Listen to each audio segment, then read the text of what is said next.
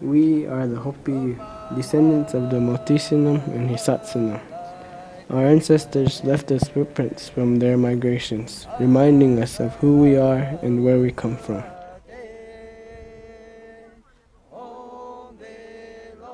They speak to us today from the things they left behind. The dwellings, petroglyphs, pottery, mataki for grinding corn, stone tools, plants, and animals all helped our ancestors thrive. Right there. And you can see that T-shaped doorway again, okay? What the T means. It is our responsibility to listen, learn new things, and remember our promise to take care of the land. About it, Gilbert, if you want to share anything. As part of our journey, we visited Tautoikia, or what is now known as Mesa Verde National Park in southwestern Colorado. While there, we noticed how similar the Hisatsinum are to us, the Hopisinum. To our ancestors at Mesa Verde, corn was very important. Today, corn is still a critical part of Hopi life. We grow and nurture corn as carefully as we do our children. We use corn in every aspect of our life. Other important values in our lives include respect, prayer, and ceremonies. These are represented by the soil in which our corn is planted. Like soil, they provide all the nourishment for the plants to grow healthy and strong. The roots of our corn provide us with our Hopi Lavai, or language, songs, and symbols. We know that preserving the stories and language are important. We are responsible for keeping the Hopi language alive. Inside, it's their inside room. V and ve. Ve is in the inside. Okay, if we simply change the I to E, then we are inside. Apavi is just the indoors. Ipovi. Outside, the outside. We are learning to speak Hopi so we can pass the language down to the future generations. We practice singing Hopi songs at Mesa Verde.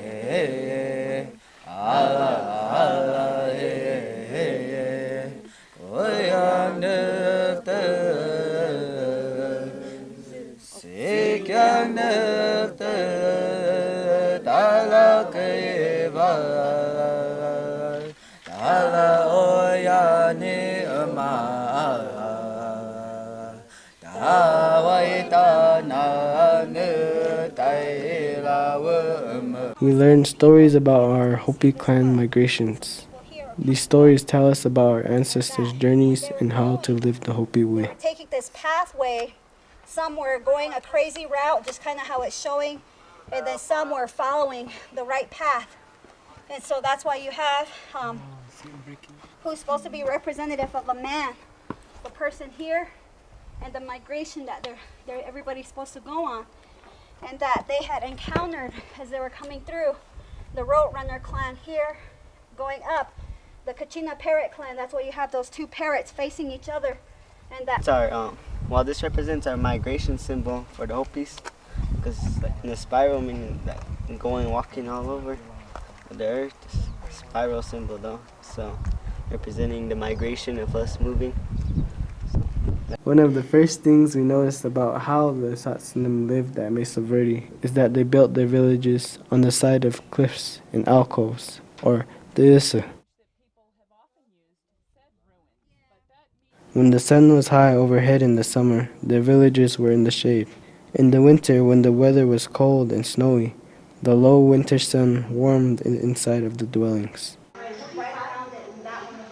This was wise because they were close to springs and had natural heating and cooling.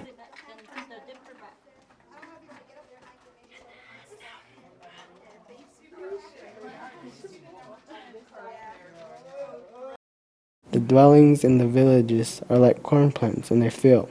They provide the foundation and structure for life to thrive. Houses were made from sandstone and clay plaster. This is a cliff dwelling, and cliff dwellings are pretty rare. You know, they're rare and they're very special, and the reason they're special is because they're dry. And things that you find in cliff dwellings you would never ever find in places that are exposed to the weather. And the fact that these had a roof built over them that's lasted for hundreds of years and protected it from wind and rain and snow and freezing and thawing and all those things, that's what makes these places so special, because you get to find everything that people made and used in their lives when they lived here. You know, a lot of the sites around here, they would have only been occupied for about 100 years.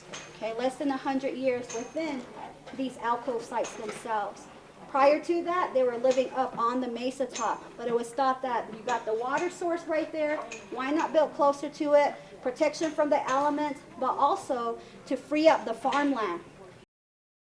We learned about different plants and how they were used for building, medicine, and food.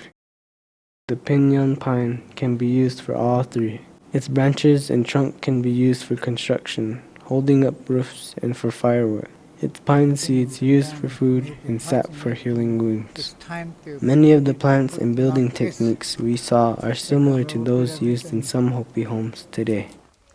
The English name is sumac, okay? Sumac berries.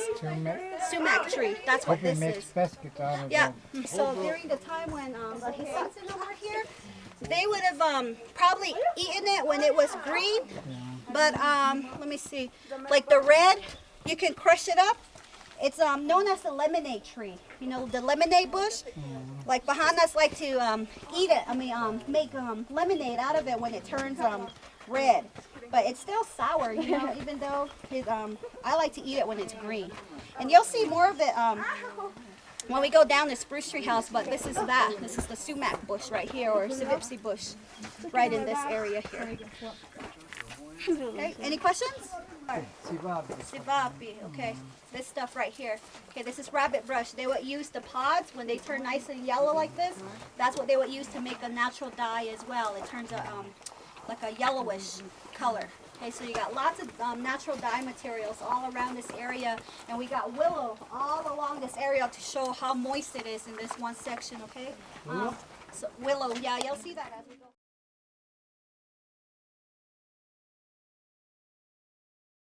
In this site, the preservation is so great that essentially all of the wood that you see in this site is original, with the exceptions of these two kiva groups and the ladders. Pretty much everything else is original timber, original fabric.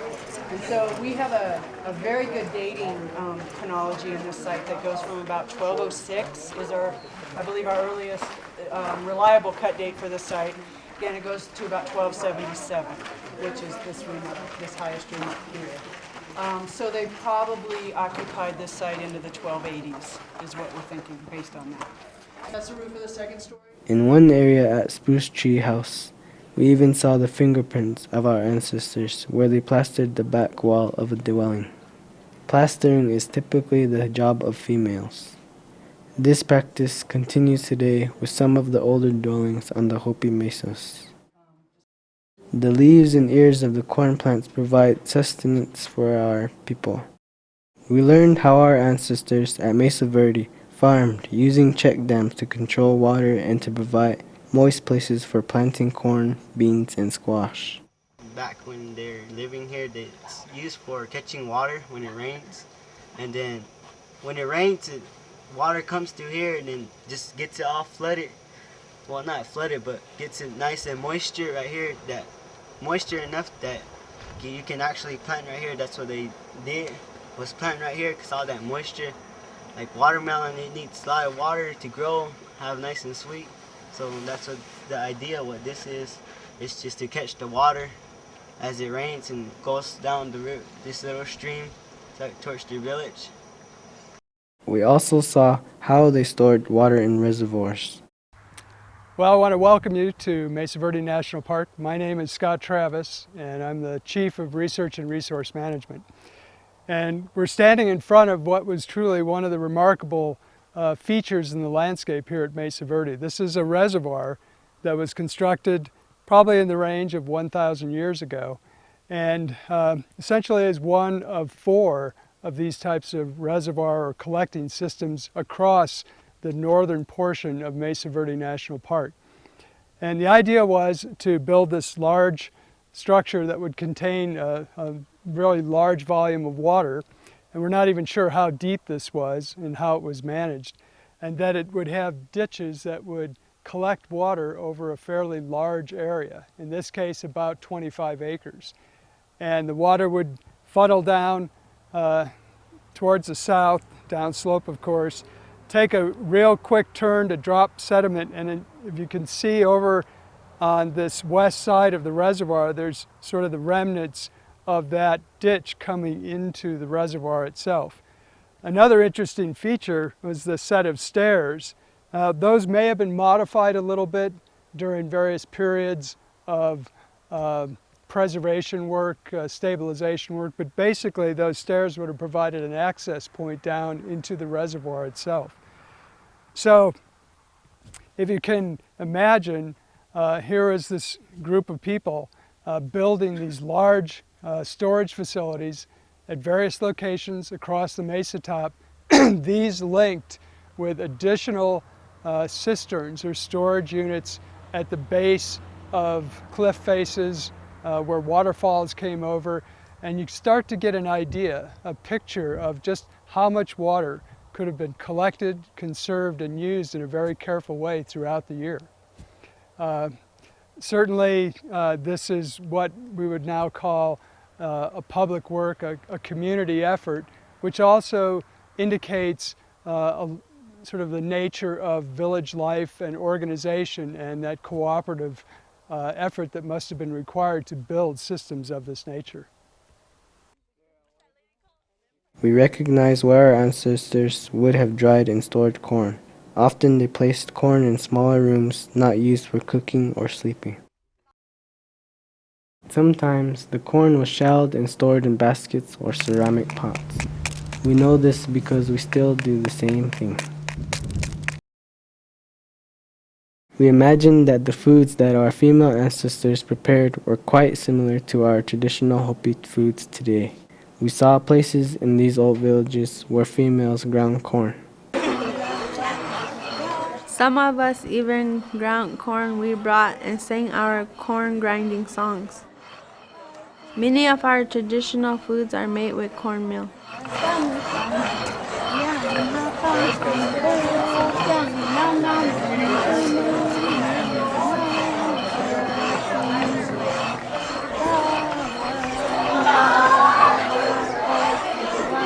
Biki is a rolled wafer bread cooked on a special stone. Sumibiki is sweet cornmeal cooked in corn husk.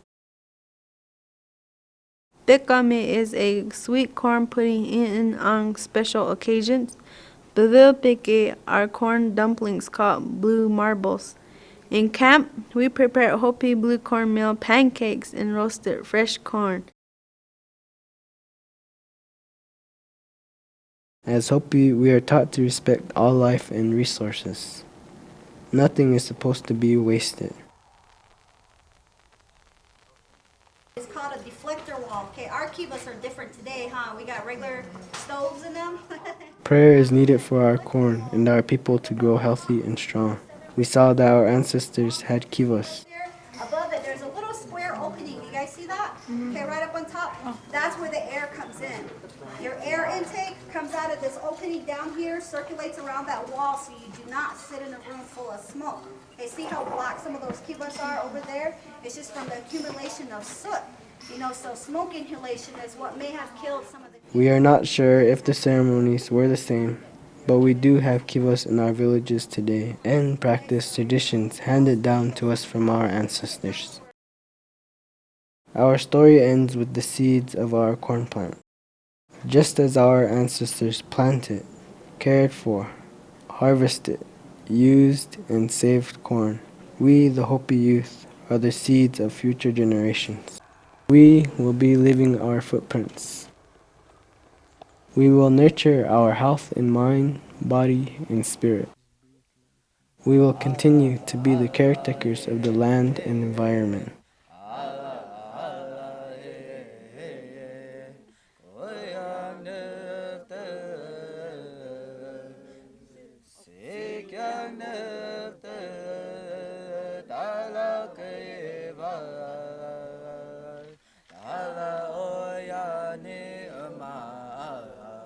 We will continue to learn from our ancestors and to speak our language. We do this so our story, our lives, and our corn farming will thrive.